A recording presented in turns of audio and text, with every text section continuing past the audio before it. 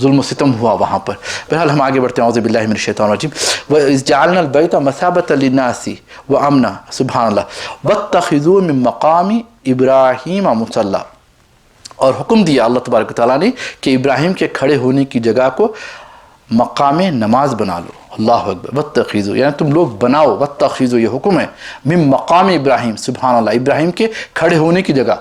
مصلی یعنی نماز کی جگہ جہاں کھڑے ہو کر اللہ کی بارگاہ میں قیام کرتے ہو, رکوع کرتے ہو, سجود کرتے ہو. اللہ اکبر. یہ تمام چیزیں کیا ہے؟ ابراہیم کے مقام. ابراہیم کا مقام کیا ہے؟ قدموں کے نشان ہیں.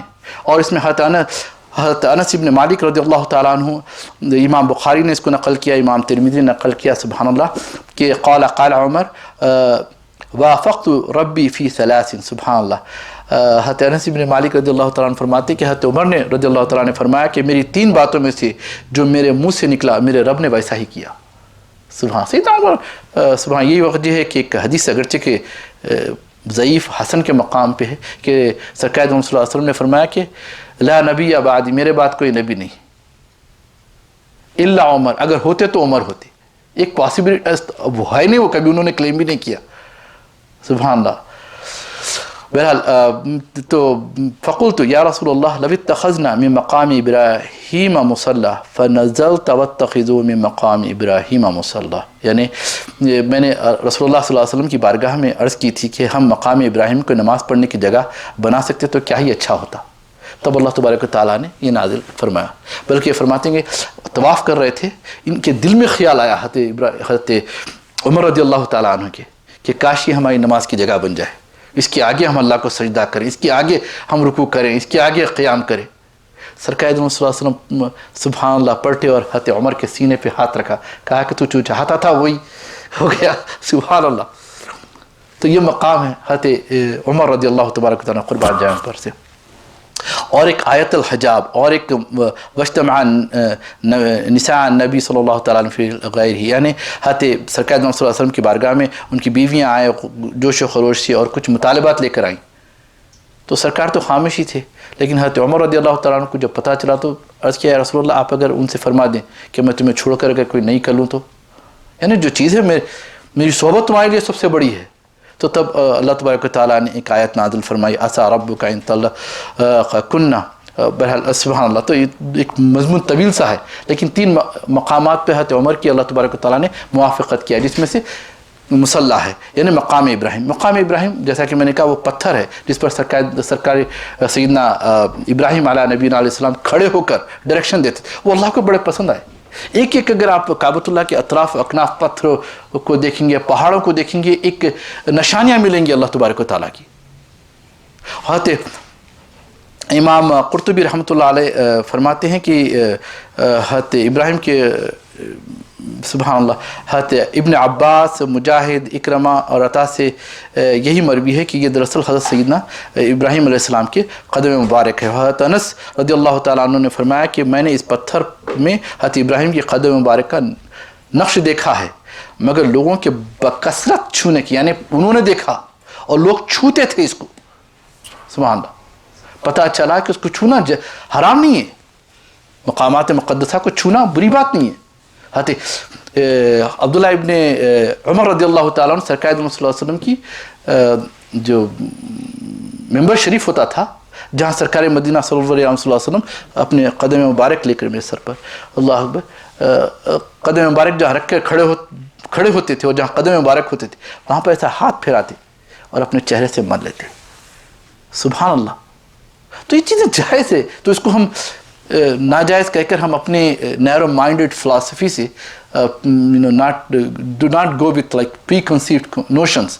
بعض لوگ بنا لی حرام, ارے حرام کے لیے حلال کے لیے آپ کو کلیئر ٹیکسٹ ایویڈنس چاہیے قرآن و حدیث سے. یہ قرآن بتا رہا ہے اور اللہ فرما رہا ہے کہ تم مقام ابراہیم کو اپنا مصلی بنا دو, اللہ کے آگے سجدہ کرنے کی جگہ بنا لو. ایک مرتبہ حمزہ یوسف کی میں غالباً تقریر سن رہا تھا بہت زمانے پہلے, آلموسٹ 25-30 ایئرس بیک. کسی نے سوال کیا تھا کہ یہ جو لوگ قبروں پہ جاتے ہیں, سر رکھتے ہیں, یہ کرتے ہیں, آپ کیا کہتے ہیں ان کے؟ تو بولے کہ مسلمان کے متعلق میری نیت تو اچھی ہے کہ وہ کبھی شرک نہیں کر سکتا, بلکہ میں تو یہ مانتا ہوں اگر کوئی مسلمان ایک بت کے پاس سر رکھ کے سو بھی رہا ہے تو اس کے ایمان پر میں شک نہیں کر سکتا ہوں، کیونکہ سجدہ صرف اور صرف اللہ کی ذات، اللہ کے لیے کرتا ہے، کسی کے لیے نہیں کرتا۔ اور پھر سبحان اللہ ہم نے بھی کئی مرتبہ عرض کیا کہ جب سجدہ کرتے ہیں تو سرکار مدینہ صلی اللہ علیہ وسلم نے فرمایا، صحیح احادیث ہے بخاری مسلم سے، 7 ہڈیوں پر سجدہ ہم پر فرض کیا گیا، پیشانی اور ناک، 1 2 ہتھیلیاں اور 2 گھٹنے اور 2 کیا بولنا چاہیے اپنے قدم، سبحان اللہ اس پر فرض کیا گیا ہے۔ اگر ایک بھی ہٹ جائے تو نہیں ہوگا، ہاں اگر کسی کو بیماری ہے وہ ایک الگ بات ہے، پھر اس میں نیت ہونا کہ سجدہ میں اللہ کے لیے کر رہا ہوں، سبحان اللہ۔ اگر نیت نہیں ہے تو سجدہ نہیں ہے، سبحان اللہ۔ تو بہرحال بات سے کئی مسائل کا حل ہو جاتا ہے۔ تو اس میں حضرت ابراہیم علیہ السلام کے قدموں کی وہ برکت ہے، اس کو نشانیوں میں سے بیان فرمایا، سبحان اللہ۔ اب اس میں مسائل یہ ہے کہ اللہ تعالیٰ فرماتا ہے کہ وَاتَّخِذُوا مقام ابراہیم مصلی، ابراہیم کے مقام کو، کھڑے ہونے کی جگہ کو مصلی بناؤ۔ اب اس میں فقہی مسئلہ یہ ہے کہ علماء، امام مالک کے پاس یہ ہے کہ جو بھی ہو، یعنی خیر میں امام مالک کا بعد میں عرض کروں گا، امام اعظم ابو حنیفہ اور دوسروں کے پاس، جس کو امام اللہ علی قاری رحمۃ اللہ علیہ نے مناسک الحج میں اس کو نقل کیا ہے، فرمایا کہ عمرے کے بعد جب عمرے سے کمپلیشن آف عمرے کے بیچ میں ہم جب طواف کرتے ہیں، طواف کرنے کے بعد 2 رکعت جو نفل پڑھتے ہیں وہ دراصل واجب ہے، اور وہ ہم مقام ابراہیم کے بالکل سامنے، یعنی اس کے سامنے رکھ کر پڑھے تو یہ سنت مؤکدہ ہے، اعلیٰ سنت ہے، ورنہ ہم کہیں بھی پڑھ سکتے ہیں اندر حرم میں، اللہ اکبر، اور وہ سنت مؤکدہ ہے۔ اور اگر خدا نخواستہ ہمیں اندر جگہ نہ ملی مسجد حرام میں تو باہر بھی پڑھ سکتے ہیں، بلکہ حضرت ام سلمہ رضی اللہ تعالیٰ عنہ کی طرف سے کا واقعہ ملتا ہے احادیث میں کہ وہ حجۃ الوداع میں سرکار صلی اللہ علیہ وسلم کے ساتھ تھے اور لوگ کافی تھے، تو آپ کو مسجد الحرام میں اندر نماز کا موقع نہیں ملا تو آپ باہر نکل کے، بلکہ حرم کے باہر نکل کے نماز پڑھیے، وہ ایسی مجبوری کی حالت میں ہے، عمدن نہیں، مجبوری کی حالت میں، اس کو عادت نہیں بنا لینا، سبحان اللہ۔ تو یہ لیکن امام مالک اس کے وجوب کے قائل ہے کہ وہ کہتے ہیں کہ بھئی اندر ہی ہونا، کسی بھی مقام پر ہو، لیکن مسجد الحرام کے اگر وہ ایکسپینڈ بھی ہو جائے تو حرم کا تو بڑا علاقہ ہے، پورا کا پورا وہ جو حرم جو ہے بیت اللہ کی حکم میں آتا ہے، یعنی ایسا ہے جیسا کہ آپ بیت اللہ کے قریب پڑھ رہے ہیں نماز، سبحان اللہ۔ لیکن نماز جب مسجد اگر ایکسپینڈ بھی ہو جائے تو ودن دا مسجد پڑھنا چاہیے، سبحان اللہ۔ آگے اللہ تبارک و تعالیٰ فرماتا ہے وَعَهِدْنَا إِلَىٰ إِبْرَاهِيمَ وَإِسْمَاعِيلَ أَن طَهِّرَ بَيْتِيَ لِلطَّائِفِينَ وَالْعَاكِفِينَ وَرُكَّعِ السُّجُودِ، سبحان اللہ۔ اور ہم نے ابراہیم اور اسماعیل علیہم السلام کو تاکید فرمائی کہ میرے گھر کو طواف کرنے والوں اور اعتکاف کرنے والوں اور سجدہ کرنے والوں کے لیے پاک صاف کرو، سبحان اللہ۔ تو یہ پاکی اور صفائی کا جو کام ہے، اللہ اکبر، یہ اصل ڈیوٹی کس کو دی گئی؟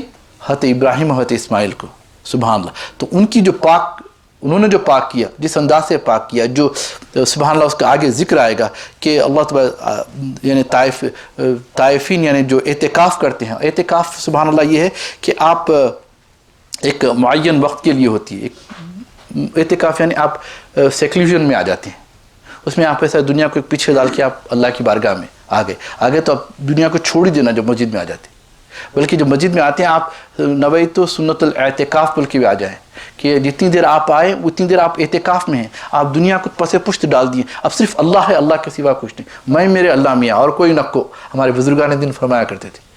ایسا ہونا کہ میں اللہ کی بارگاہ میں آ گیا، اب دنیا جائے کدھر بھی، میں اللہ کی بارگاہ میں، I don't care about my job, I don't care about my wife, kids اور اینی تھنگ، میں اللہ کی بارگاہ میں ہوں، بس فوکسڈ رہنا، ڈیفیوز نہیں رہنا کہ ادھر سے ادھر سے ادھر جا رہے ہیں، میرے کو یہ کرنا ہے، I need to catch up this thing that thing, no, آگے تو آگے۔ تو یہ خود آپ کا ایک اعتکاف ہے، آپ دنیا سے بالکل بے رغبتی کر دیں، اور سبحان اللہ، اور یہ سبحان اللہ، اور اس کے وہ طائفین اور کیا طواف کرنے والوں کے لیے اس کو پاک، اور طواف کے کئی مسائل ہیں انشاءاللہ پھر ہم عرض کریں گے، اور چونکہ ایک آیت ہوتی ہے، اس آیت میں سبحان اللہ کئی مسائل کا استنباط ہوتا ہے، we can extract many information from there. جیسا کہ حضرت امام غزالی رحمۃ اللہ علیہ فرماتے ہیں کہ میں اگر چاہوں تو اعوذ باللہ من الشیطان الرجیم سے 1000 مسائل استنباط کر سکتا ہوں. لوگوں نے کہا یہ کیا بات؟ اچھا تم تعجب کرتے ہو؟ میں 10,000 مسائل بھی ایکسٹریکٹ کر سکتا ہوں. تو علم ہوتا ہے. جیسا کہ سیدنا ابن عباس رضی اللہ تعالیٰ عنہ فرماتے ہیں کہ میں حضرت علی کی صحبت میں تھا عشاء کے بعد فجر تک اللہ اکبر بسم اللہ کی تفسیر کی، ابھی ہم ختم ہی نہیں کر سکے اس کی تفسیر کو. سیدنا علی مرتضیٰ مشکل کشا باب العلم ہے. تو سبحان اللہ ہر ایک کا علم کا ایک مقام ہوتا ہے. تو سبحان اللہ ان آیتوں میں بڑی برکتیں ہیں. اور اب سبحان اللہ اللہ تبارک و تعالیٰ مجھ پر کرم فرما رہا ہے، فضل فرما رہا ہے کہ مجھے اب حج کی بھی اجازت مل رہی ہے. انشاءاللہ دعا فرمائیں کہ آسانی ہو کہ اس سال میں حج کو جاؤں، اور جو لوگ جانا چاہتے ہیں یا رب العالمین کے لیے آسان فرمائے یا رب العزت. یا اللہ اس گھر اور اس گھر کے جو میرے مالک موجود ہیں، حضرت ابراہیم، حضرت اسماعیل، حضرت حاجرہ، میرے مالک ان پر کروڑوں کروڑوں سلام و درود ہو میرے مالک. یا اللہ ان کی برکتیں ہماری زندگیوں میں شامل حال فرما میرے مالک.